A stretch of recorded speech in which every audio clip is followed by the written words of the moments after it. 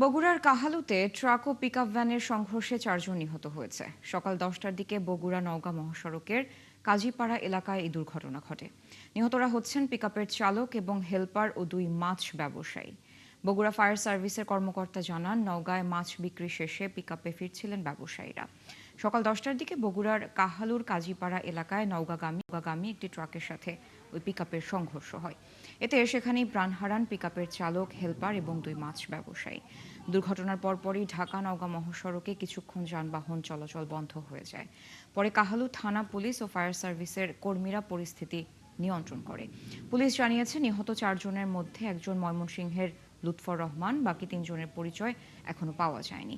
দুর্ঘটনার পরপরই পালিয়ে যায় ট্রাকের চালক ও হেলপার।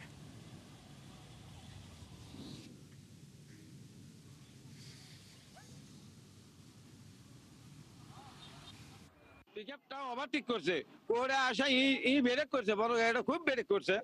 তারপরও যাই এই গাড়িটা সামনাসামনি মারা দিয়েছে, দেওয়া ওই নিকটেই মনে করেন যে 4 জন মারা গেছে। আমরা একটা ট্রাক এবং একটা পিকআপের মুখোমুখি সংঘর্ষে পিকআপের মধ্যে থাকায় প্রায় 4 জন মতো মারা যায়, স্পট ডেথ হয়। তার মধ্যে 2 জন স্পটেই মারা যায় এবং 2 জনকে আমরা ট্রাকের মধ্যে আটকা অবস্থায় এবং পিকআপের মধ্যে আটকা অবস্থায় 2 জনকে উদ্ধার করি এবং ওনারাও মৃত অবস্থাতেই ছিল।